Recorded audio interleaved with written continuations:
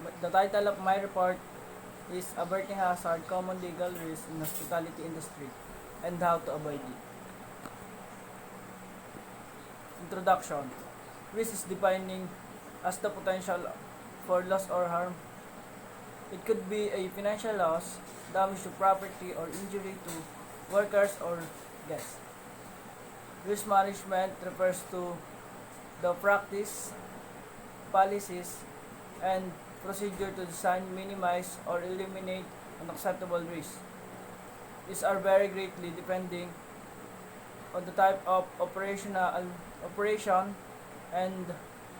the industry undertaking the risk management process. All organizations will face some kind of risk proportional as the sector demands a standard or particular norms and expectation to be met. Risk is often in terms of a combination of the consequences of an event, including including changes in circumstances and the associated likelihood of occurrence.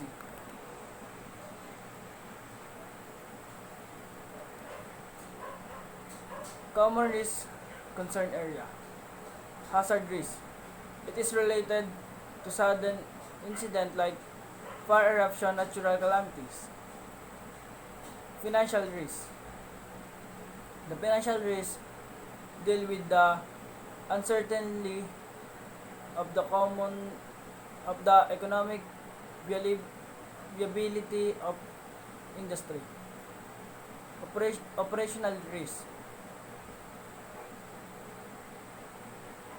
associated with various factors which has significant role in the process, methodologies adapt in running the company. Strategic risk includes about the accuracy of the strategy implemented and explains how far the method adapt with proper to the company growth within the market. It means that there are certain types of risks that may happen in one industry, and it may timely resolve if the industry have a risk management plan.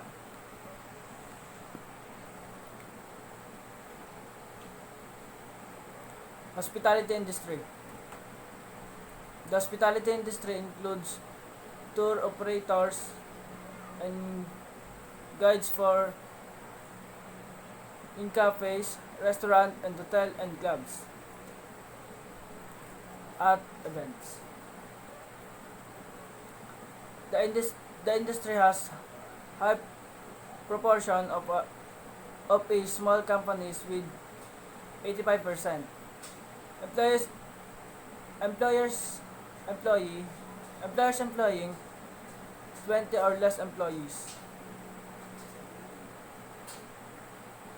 Part-time and casual work is very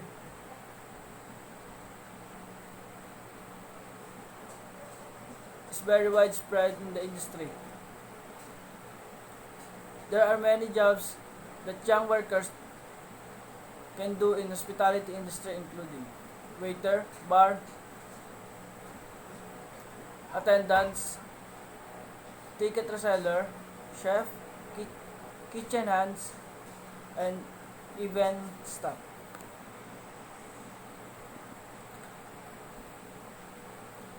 The most common hazard in the hospitality industry are lifting and pushing, slips, trips, falls, hot and surface, and substances cutting equipment, and occupational violence. The change of the The change of this hazard will result in an injury for young workers is higher when they are combined with risk factors such as lack of supervisor, inexpect inexperienced type trying to impress the boss, su- supervisor, or coworkers, temporary employment, and long workers days. When hazard on when hazard are combined with risk factor, these are called dangerous combination.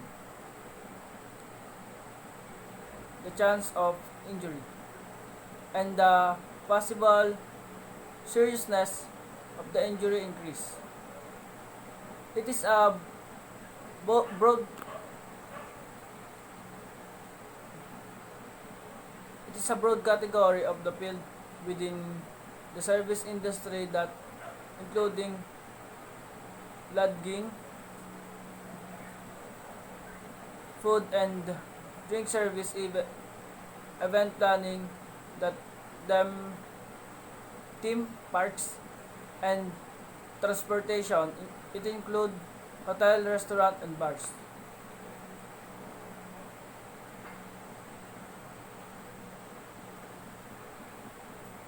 Hospitality industry. Data privacy.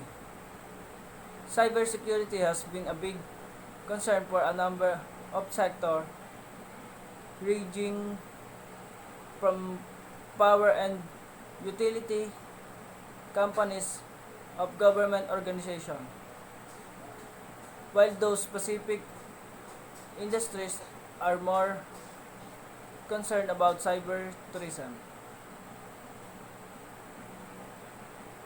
The hospitality business is more focused on preventing data and identify theft. As more hospitality and travel companies use digital system to automate tasks and manage their data, they need to be aware of the potential risk this solution bring the table. Guest behavior. Guests represent the fuel for any hospitality company. Without guests on travels, this businesses without make any money. However, guests can also potentially to be biggest threats.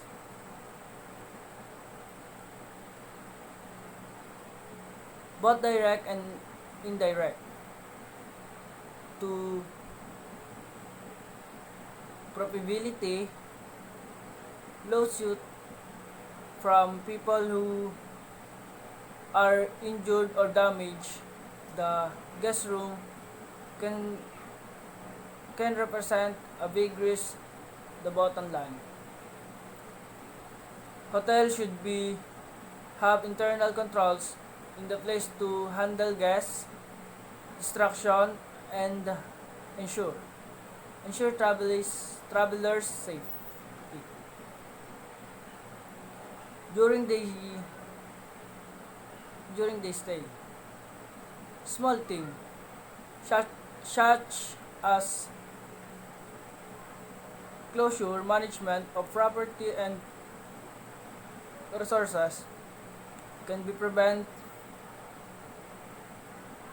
incidents like this from happening in this first place.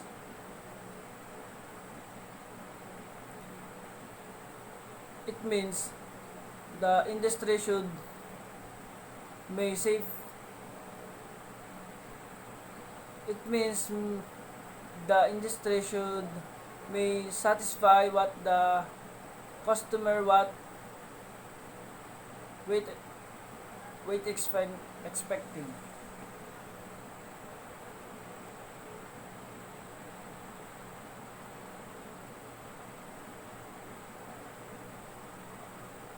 Hospitality industry risk. Staff. Staff is another critical risk. During the recession, many employees were rooted in their jobs because it was so difficult to find work elsewhere. As the company employee improve, staff will have more option, both inside and outside industry. This this means hotel are the great risk of having their keep personal approach pouched by their competitors. Hiring and retaining are option but come with additional expenses. Travel and hospitality companies need to address any geographic wage level and workers satisfaction issues and ensure their staff remains motivated and content creative companies are going up with new retention plans and innovative strategies to help keep employees engaged. At the same time, hoteliers also need to ensure their employee aren't actively working against them. Property theft, a big issue many hospitality companies, given the number of amenities, amenities they deal with on a daily basis. Why stolen towel?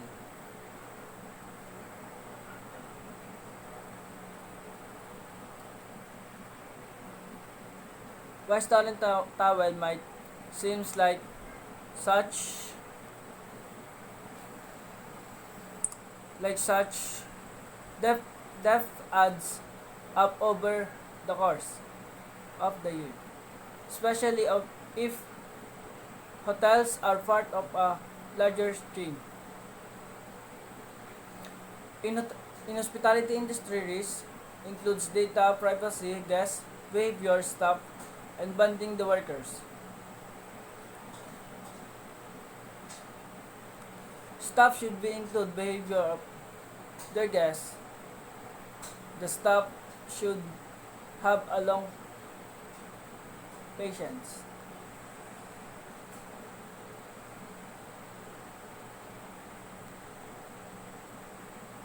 Hospitality industry.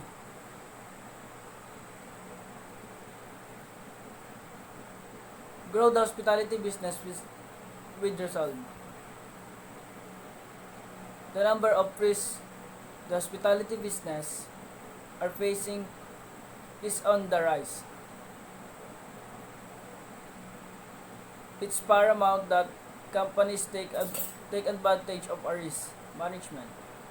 Safe software that can help discover these traits before their negative affect business. An effective risk management strategy is an essential for numbers and of the hospitality industry.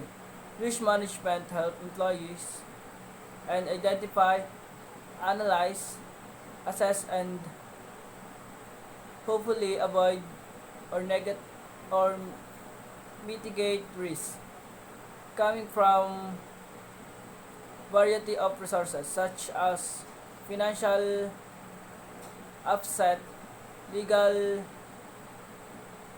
ramification, accident, natural disaster, data or cybersecurity breaches, and many more. In the lesson will take more about some satisfaction instance of risk in the hospitality industry, and how to implement procedure to success deals with them before they become a bigger problem. The global economy continues to improve, which means consumer and business are growing more confident about their financial situation. For those in the hospitality sector, this may translate into more money spent the vacation or business trips.